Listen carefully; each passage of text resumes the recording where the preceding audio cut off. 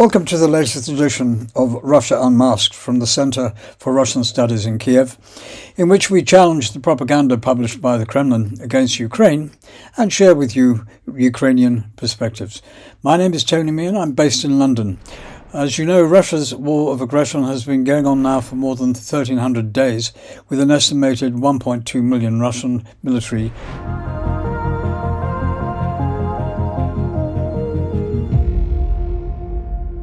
Three words I'd like you to consider during the course of this episode, and they are provocation, escalation, manipulation.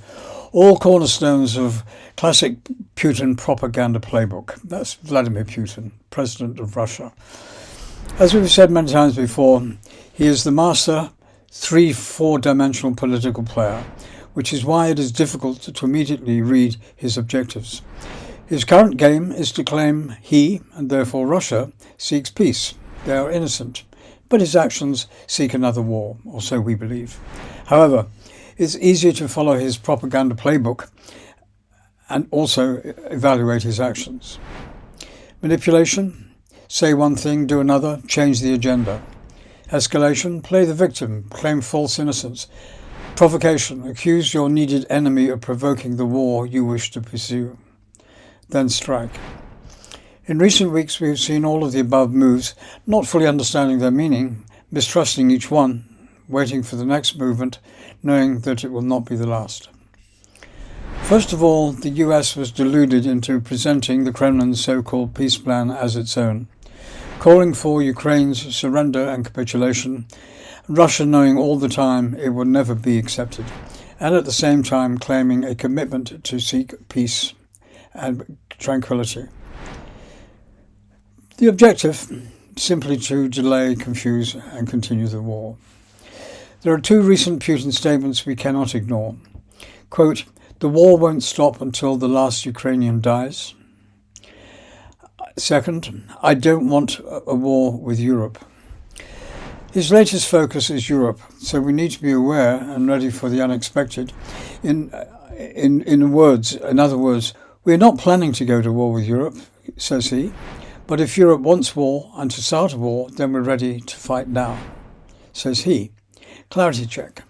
Because Europe with Ukraine produced a counter-proposal which dismissed the Kremlin's plan for peace of the new Russian Empire, Putin accuses Europe of hindering US efforts, using this as a provocation and allowing him, Putin, the excuse to threaten a European war.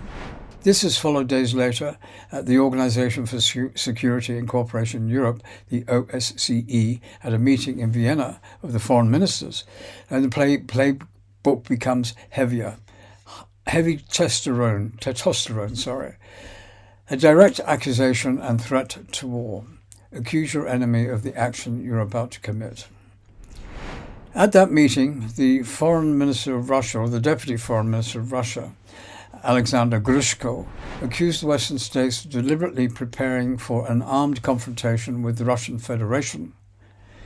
He said that he told the diplomats that the arms controlling regime in Europe has become a victim of the West's aggressive policy. The concept of greater security with fewer weapons has been replaced by a drive to achieve military superiority in all domains and in all theatres. The Baltic, the Black Sea and the Arctic have been turned by the EU and NATO into zones of confrontation. Of course, he failed to add or recognise that Russia invaded Ukraine, which includes the Black Sea. Russian military vessels have been entering NATO countries' waters. By that I'm talking about naval vessels, obviously, entering NATO countries' waters in the Baltic Sea and the North Sea. Accuse your enemy of your own infringements. Grishko claimed there are no signs that the EU or NATO are ready to de-escalate and return to peaceful coexistence. On the contrary, quote unquote, there is a deliberate effort to prepare the economy, society and the military for an inevitable armed clash with Russia, which has been designated a long-term threat and is maniacally accused of absurd intentions to attack NATO. I'll let you make your own mind up as to how valid you consider that statement to be. We should not forget that at the same time, Russia has increased its continuous military attacks on Ukraine's civilian population, the murder of prisoners of war, violating Polish and Romanian airspace, demanding the US peace plan is the only option on the Kremlin's table, and thereby admitting the terms are Russian and not American. So translate that into, loosely translated, I should add, because this is not a quote, into Putin speak. Stop me if you dare, be warned. If Europe doesn't accept my peace plan for Ukraine, don't be surprised if you find yourself at war. Analysis. Since he's been in power, Putin has needed an enemy or enemies, real or perceived, in order to keep his power. For example, moments after Vladimir Zelensky voiced his support for the new European-US peace plan, ending Moscow's illegal invasion of Ukraine, Russian dictator Vladimir Putin sent a chilling threat to Europe, blasting out loud for all to hear the proposed peace deal as unacceptable to Russia, insisting continental leaders had hindered US negotiations. In a major threat to the West, he later revealed he does not want conflict with Europe but remains prepared for war. This was followed by a highly publicized meeting in Moscow. You remember recently US Representatives Witkoff and Kushner visited the Kremlin, and it was pure theatre, nothing more than theatre. Putin claims Europe has distanced itself from talks and is hindering Trump's efforts, was the headline of the statement coming from the Kremlin. As expected, this negative statement by Putin before starting the evening meeting with Kushner and Witkoff in the Kremlin, is typical Putin. He just stirs it before he goes into a meeting. The meeting lasted for 5 hours. It didn't achieve anything. He accused Europe of his own ambitions, translates into Putin speak as, give me any excuse to start a war with you. The outcome, of course, was a foregone conclusion, as I've said previously. After 5 hours of discussing a 20-point document, admittedly, there was an acknowledgement that a number of unidentified points were worthy of further discussion. In real terms, the war against Ukraine continues. The next day, the Kremlin, in response to Putin's rejection of European-US peace plan, it adopted a propaganda move number 3, deny everything you said and done and rewrite history. The statement from the Kremlin said, this is from Dmitry Peskov, he said, it is wrong to state that the Russian leader Vladimir Putin has rejected the US peace plan to end Russia's war against Ukraine. Oh, I see. Asked if it would be accurate to say Putin rejected the American plan, he said no, it would not be correct. Direct exchange of views between Russian and US representatives on the new peace plan. Some things were accepted, some were described as unacceptable. So the sum of being accepted, and this is a projection and also conjecture, is simply 2% accepted, 98% rejected. However, the US version of the meeting, based on reports from Witkoff and Kushner, is that Putin wants to end the war. They are entitled to their opinions and also the value of the report for their boss. Putin's actions and word tell a different story. Clarity check. A few points and questions for you to consider regarding the ongoing war in Ukraine and aggression by Russia. When dealing with Putin, the Kremlin and Russia, the pro-Ukrainian parties, namely the US, Europe, NATO and others, have to revisit their options.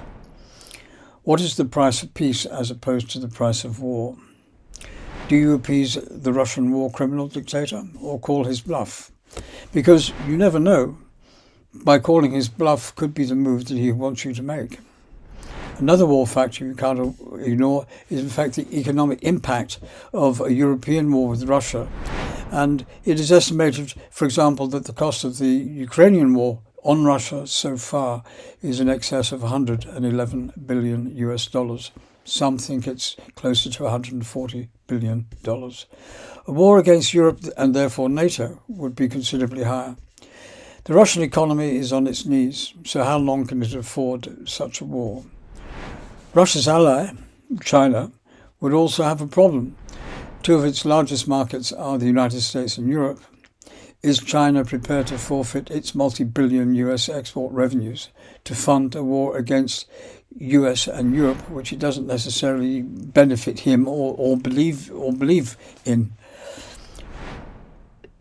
It comes down to personal power versus political ideology versus global influence for what reason?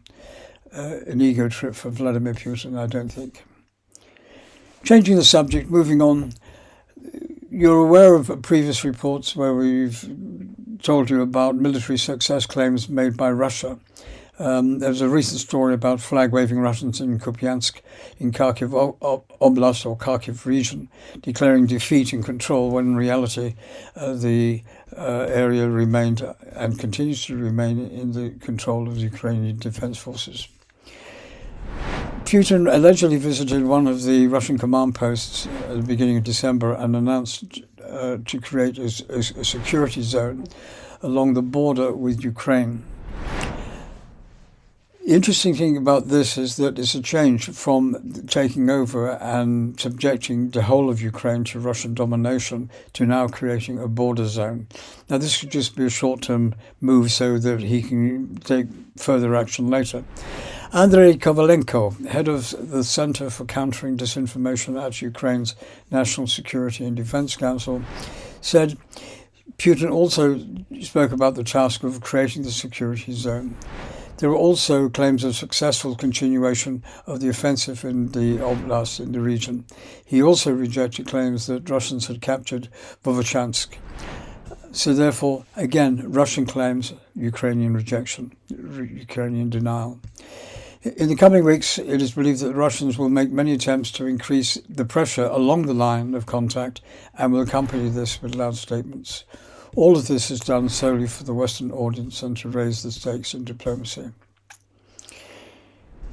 Zelensky, that's President Zelensky of Ukraine, said that he has dismissed any claim of successful Russian offensive operations on the front lines in recent weeks. At a press conference in Paris after a meeting with President Macron, he once again put truth into perspective. Of course Russia has made advances, and of course Russia has several offensive actions and operations underway. None of these operations have been successful. None of these, however, fierce fighting continues in Pokrovsk and other fronts. For example, our troops have had great success on the Kupyansk front, although Russia claims it has captured Kupyansk. We have almost completely cleared the city of their forces. He also added that in October, Russia suffered its heaviest losses in nearly 4 years of the war. This confirmed by the video evidence of 25,000 service members killed. In our own Ukraine war day-by-day reports, the Office of the Army Chief of Staff estimate that Russia lost 31,000 in November, either killed or seriously wounded. I'm going to change the subject and also the tone and the mood for a little bit and to offer some positive and very direct Ukrainian benefit thinking. It's a message from Ukraine to its people and the world at large, as published by Ukraine Pravda, or Pravda Ukrainska. 3 simple words, and they're guidance words for Ukrainians everywhere: survive, endure, prevail. This article explains the fighting spirit, the soul of all Ukrainians. And when you read this, you'll understand why the nation of 34 million has stopped the superpower Russia with a population of 146 million, more than 4 times its size for almost 4 years. Yes, admittedly, he hasn't done it alone. It's done it with the support of the United States, Europe, NATO, and many others. But nevertheless, it has achieved that amazing success. You can get the story on Pravda Ukraine, and if you find it, just insert the words survive, endure, prevail, or look at the website address that is below on the screen in a few minutes. I want to leave you with another positive story for Ukraine. You will recall in the original Kremlin peace plan that one of the conditions was that Ukraine identified and recognized Russian as a state language of Ukraine, recognized that. The Ukrainian parliament adopted on the first reading and the whole draft without any amendment, draft law number 14120. On amendments to certain laws of Ukraine in connection to the updated official translation of the European Charter for Regional and Minority Languages. This was to amend that law. Volodymyr Vyatrovich, an MP, commented, "The Russian language is no longer protected in Ukraine by the European Charter for Regional or Minority Languages." Moments ago, Parliament adopted in full the draft law which approves the correct translation of the Charter and removes Russian and the non-existent Moldavian language from the ratification law. So we say farewell to the Russian language in Ukraine. People can speak it if they choose. They're not stopped, but it's not necessarily a formal language of recognition. Anyway, from all of us here at the Center for Russian Studies in Kyiv, thank you. Please share this podcast with your friends and those you think who will be interested. The online address is Russia Unmasked in YouTube, as you know. We'll be back with more news from Kyiv soon. Until then, Slava Ukraini. Ukrainians were, are, and always will be here. Vladimir Zelensky. Thank you.